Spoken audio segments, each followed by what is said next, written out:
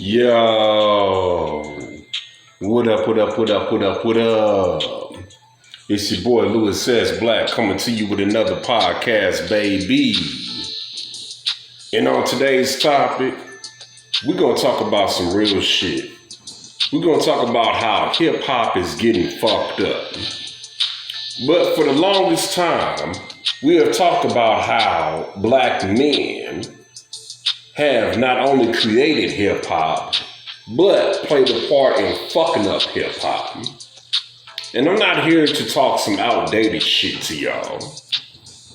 Because as your boy Louis S. Black, even with me being 41 years old, I'm actually one of the youngsters of the hip hop game. I'm one of the youngsters. Hip hop has literally turned 50 years old as of recently. And I'm just turning 41 years old. So even when it was coming around and being good and being bad, I was still only a kid.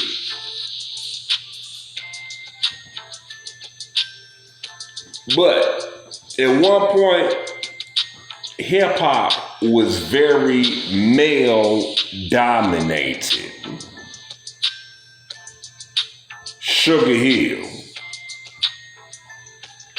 Juice Cruise, Disc Crew, Rakim came through, knocking it down. Big Daddy Kane, which is someone that I respected back in the 80s. KRS-One, oh my God. Run DMC, whose house? Run's house. All of that fly shit. And I'm a St. Louis nigga. So as a St. Louis nigga, I was literally just seeing hip hop being dominated by damn near nothing but the East Coast back when I was a kid coming up in the 80s. And when I say the East Coast, literally it was just New York. Everybody was just basically coming out of New York. Then by the time the 90s came around, I started seeing a little bit more of diversion, a little bit of diversity, if we shall. Like, okay, niggas from New Jersey is coming out. Niggas like Redman, Naughty by Nature, Lords of the Underground. Then also, when I'm coming up as a kid, I'm starting to see the South got something to say. Motherfuckers like Outkast, 8 Ball and MJG coming out of Memphis, Tennessee.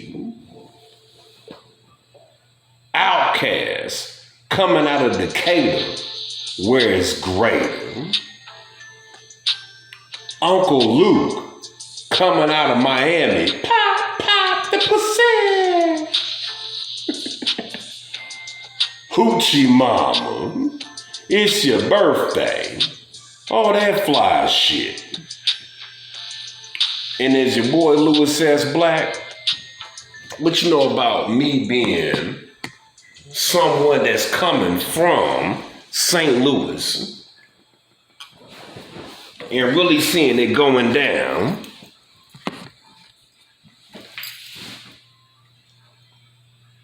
I saw all of that shit.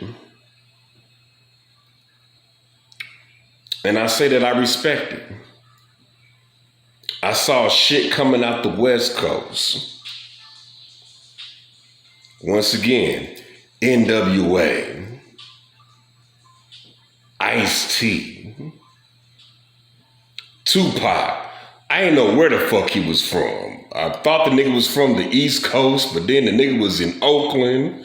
Nigga went to California. Biggie, Nas, Mobb Deep. Yeah. saw all that shit coming up through high school. Jay-Z representing Brooklyn.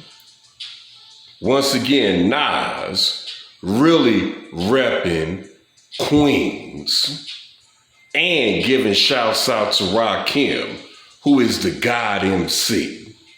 Niggas coming out from the Bronx, knowing that KRS-One was one of the God MCs from the Bronx. But seeing motherfuckers like Fat Joe, Big Punisher, hearing some female ladies like shouts out to Remy Ma coming out. Shouts out to her husband Papoose. Forgive me if I'm wrong, but I'm thinking that Papoose might be from Brooklyn, but fuck it, they some New York niggas.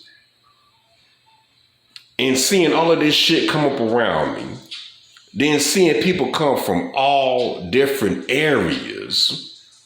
Shouts out to my boy Nelly, representing my hometown, St. Louis, motherfucking Missouri. Seeing him come out and put it down and lay it down for the town. And shouts out to the Lunatics. Shouts out to Ali. Shouts out to Keywan. Shouts out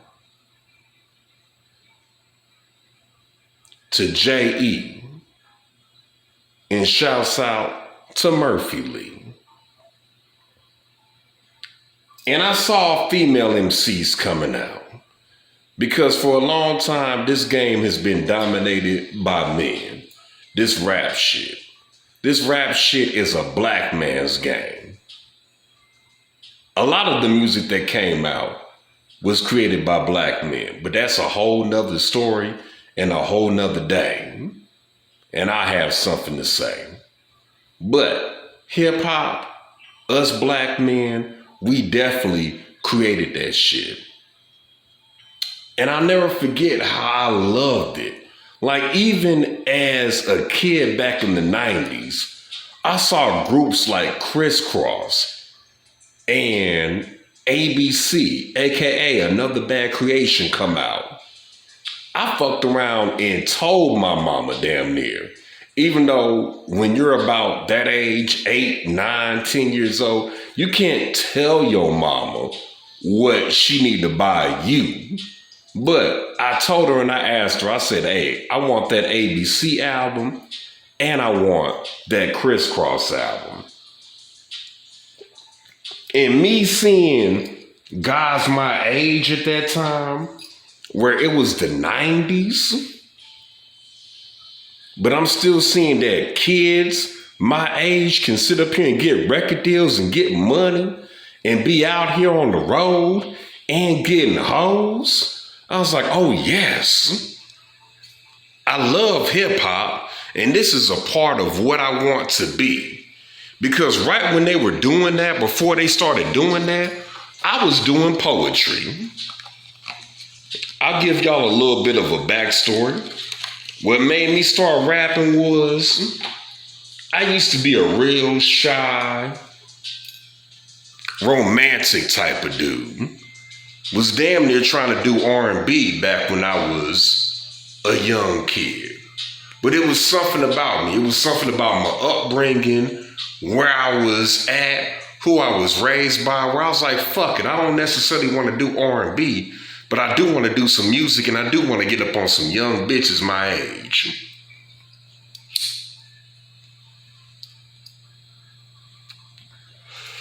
And I was like, fuck it, these young niggas is out here, getting out here and having things, or so I thought. You know, once I got a little bit older, I found out that they was getting ripped off. But even then, I was like, fuck it. Maybe me and my boys, me and my team can be smart enough to not get ripped off and we can really get up and blow up. But that's not what this episode is about. What this episode is about is I noticed that even with all that said, it was still only a few female MCs. One of the first female MCs that I found out about was Salt and Pepper. I'm literally like a little kid and my mama's like in her 20s. And my mama stayed bumping some of that Salt and Pepper. And I was like, okay, these chicks is tight. It's a female duo and they both know how to rip and spit and they both know how to flow. I was like, okay. Then next thing I'm hearing Queen Latifah. I'm hearing Moni Love. I'm hearing MC Light. All on the radio. While I'm in St. Louis in the 80s, in the early 90s. When they had a hot song out, they had a hot song out. Queen Latifah was one of my favorites because Queen Latifah used to fucking bring it. Moni Love, got love for her. Then Yo-Yo came out. Then it was a chick named Smooth, a chick named The Boss. You know what I'm saying? A couple of chicks came out here and there. I even remember back when MC Hammer had his background dancers wind up rapping. Oaktown 357. Oh yeah, oh yeah, yeah, oh yeah, oh yeah, yeah. But even then, as me being a little boy, I was like, fuck it. These females, they deserve to do what they do because I grew up watching my dad do his thing as far as getting money as a hardworking man and seeing my mama doing her thing as a hardworking woman, seeing my grandmother doing her thing as a hardworking woman, and seeing my grandfather do his thing as a hardworking woman.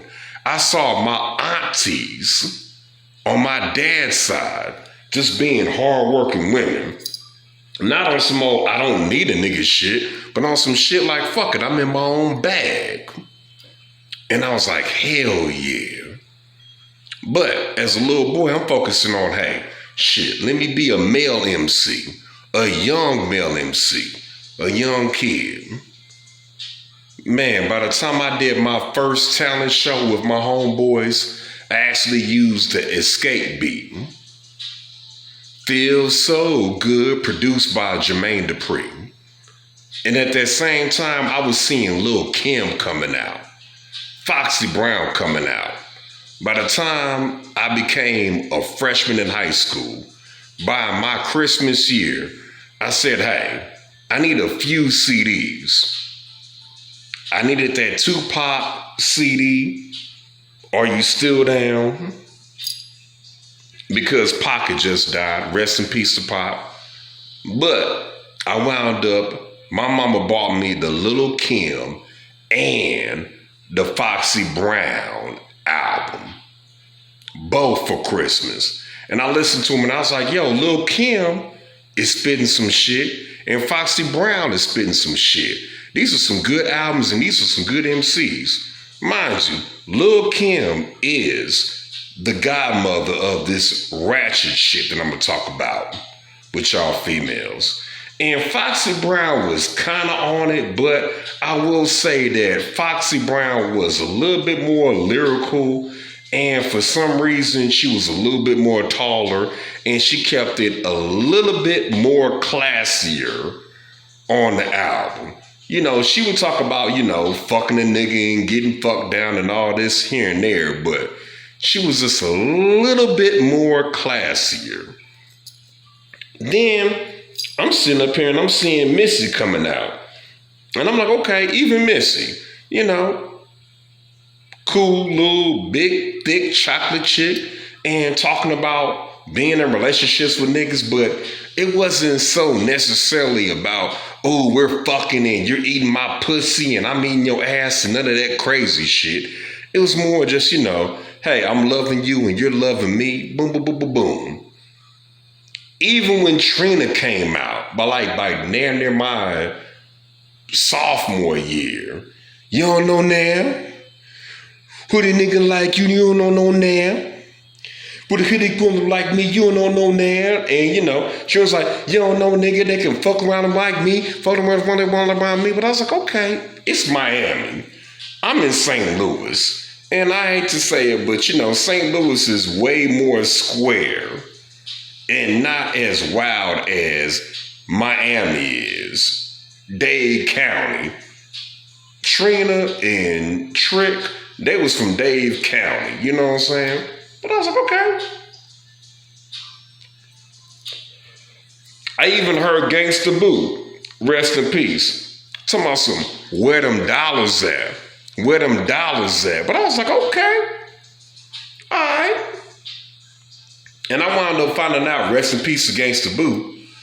When I wound up finding out how old Gangsta Boo was, for some reason I used to always think that these rap chicks was like so much older than me. But then I found out, like, okay, when she died, she was like 44 and I was like 40. I was like, damn, this chick was only about 4 years older than me. And she was just saying, where them dollars at? Where them dollars at? And I realized, okay, you talking that shit because you're in Memphis and in a town like that, yeah, you need to see how niggas can help you and provide for you because it's a fucking cool ass town, but it's in Tennessee. Tennessee is not the richest state in the world at all. Then I just saw shit progress and I saw Eve come out being like the big dog, the queen of the Rough Riders. And even she didn't talk all of that ratchet shit.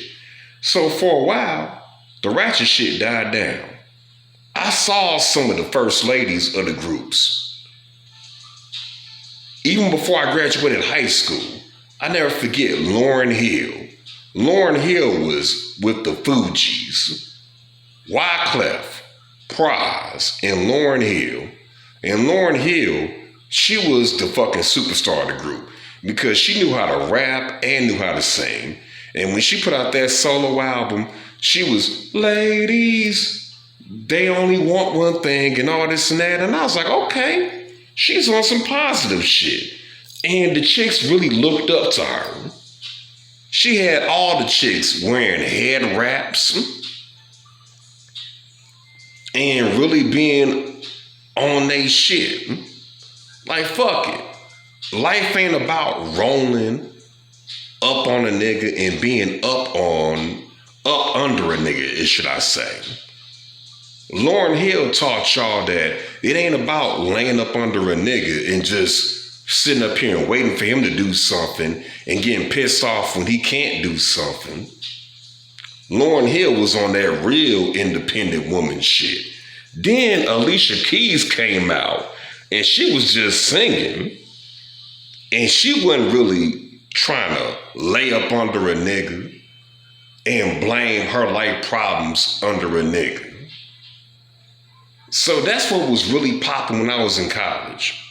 Then even by the time I came out, by this time, it's like 2004, 2005 when I came up out of college.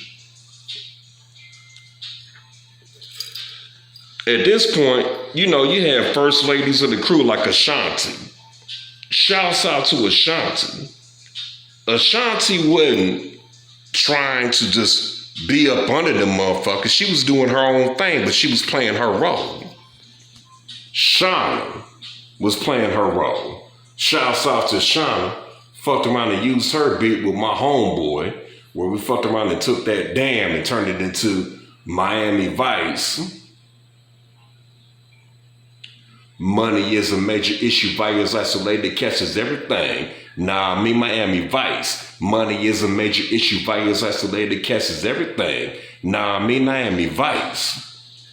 And then even during the early 2000s, chicks like Beyonce, Carrie Hilson, Alicia Keys again, them chicks was really making they thing pop and really making they thing roll.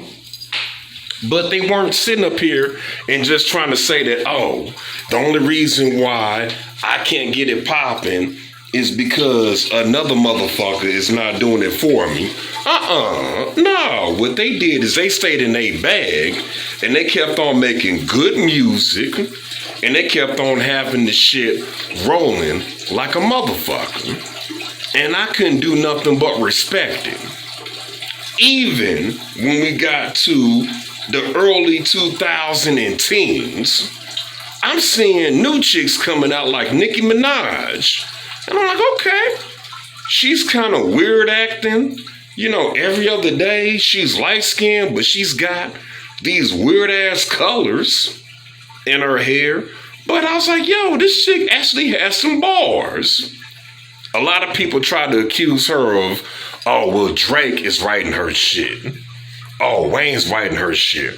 But after a while, I was like, you know what? These niggas cannot write it as feminine as a woman can. So I was like, yo, I think Nicki Minaj is really that chick. And she ran the yard for the majority of the 2010s. Then we started having chicks like Cardi came out. And Cardi came out hard and they did a song with the Migos. And I thought that they was gonna fuck around and damn near make a duo album together. But y'all women, y'all don't know how to get along with each other. And I wish that y'all could do that more. I wish that y'all could really get along with each other more than y'all do, because it seems like the only time that y'all know how to get along with each other is when y'all want to come together and hate on niggas. But it seems like y'all really don't know how to get along with each other. And that's the craziest shit. Because black women need to unite. Seriously. Because when it comes to some personal shit, y'all just be hating on each other and damn near fighting each other. We all remember when Cardi B threw a shoe at Nicki Minaj, and Nicki Minaj was like, what the fuck? And they almost got into it. But like I always say on some of my past episodes, when it's time to hate on niggas, woo, y'all women come together like Voltron, like arm, leg, and I'll form the head. And ooh, girl, I got a little bit of titties on my robot. Girl, I got some titties on my robot. Girl, let's put them together. And girl, even though we the legs, we can take a little piece of our robot and we can make some ass. And we can fuck around and make some pretty ass feet. And girl, what color are we gonna wear? Oh, girl, you know what? I think we should all agree to make our nails red and our toes red. That would look so cute with our robot that we got. Ooh, girls. Ooh, yes, girls. Let's go ahead and make our nails and our toes red. Ooh, girl, we are looking too cute. Only one thing, and it'd be the woman that's running the head of the Voltron. Girl, our hair is looking good, but our edges are fucked up. Yes, girl, I admit our edges are not looking as best as they could. Girl, let's go to the planet Beautytron. And let's go to the Sally's Beauty Supply on planet Beautytron. And let's go ahead and get our edges together. And let's go ahead and get ourselves a lace wig. That way we can ride around here and we can stun on these bitches and we can upstage these niggas. That's when y'all can get together. Now here's the thing. Now here we go. The female hip hop game has gotten fucked up. Because at least when it came to at least the new school, and I consider the new school like Meg Thee Stallion, City Girls,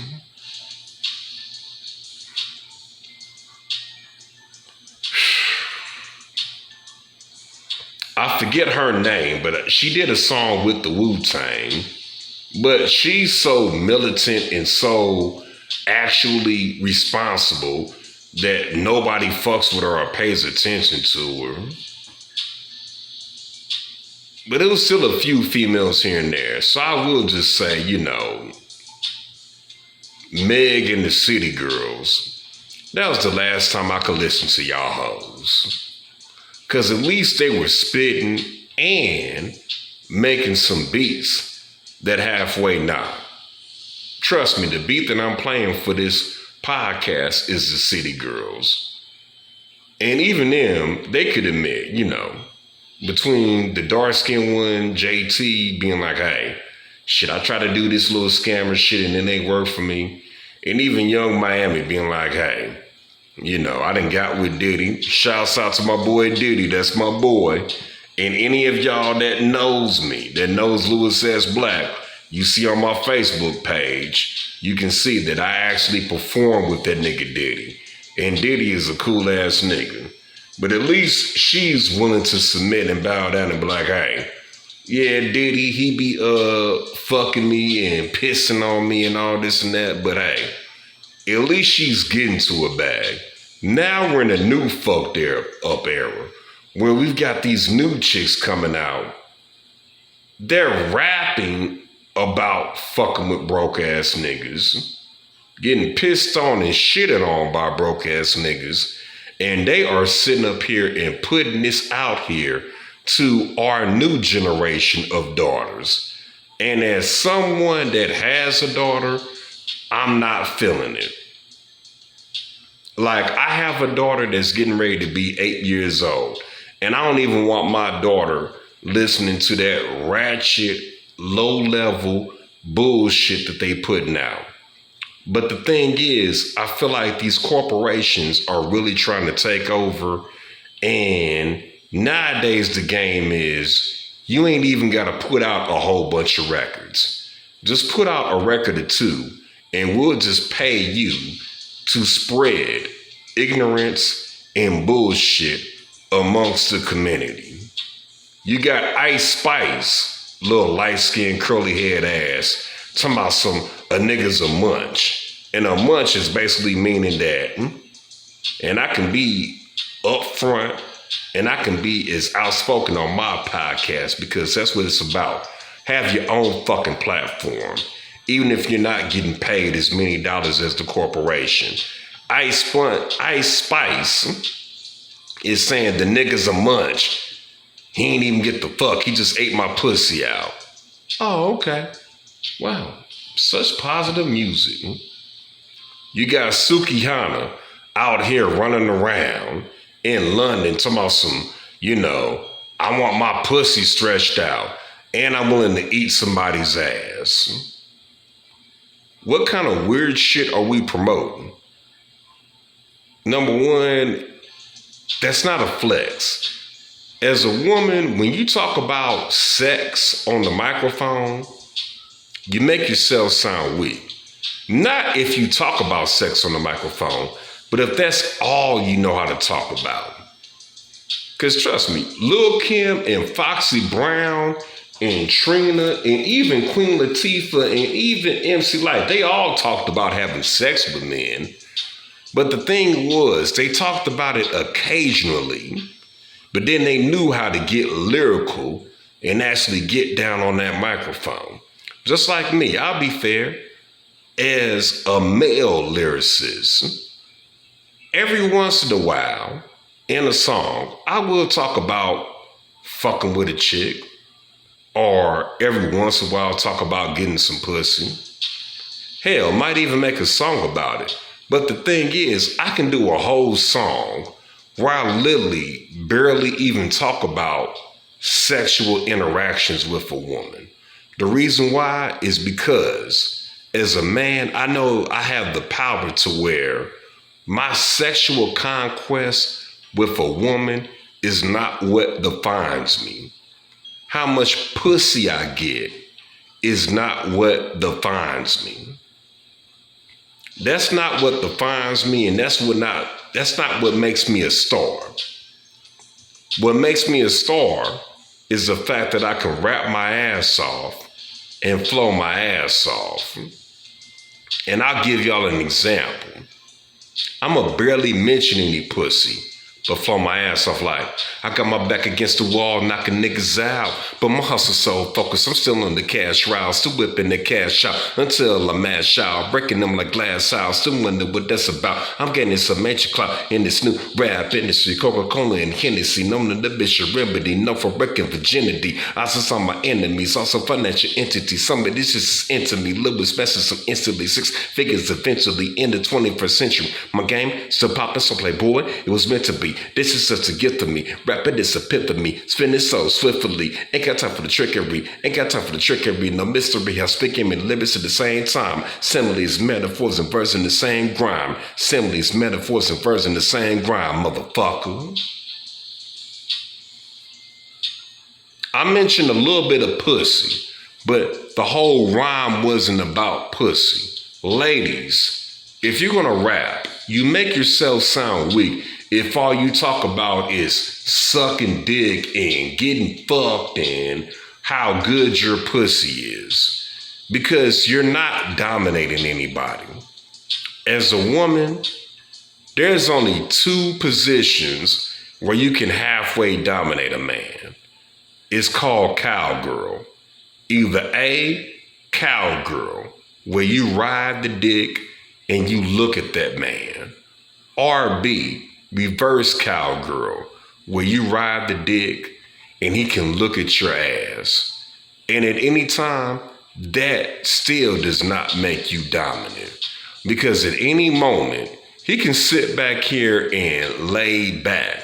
And that's what they call getting laid. White dudes created that slang. Oh, I'm getting laid. Getting laid means that dude can lay back and you can just ride his dick until he nuts. But at any given moment, if that dude decides to put his legs up and start humping, you're getting fucked anyways. You're getting fucked from on top. And not to be too explicit or too graphic, but it is my show, which is even when you're on top, you can get fucked. Because what can happen is that dude can wind up just humping on your ass and busting a nut while humping and grabbing your big ass booty. And then he can fuck around and fall asleep.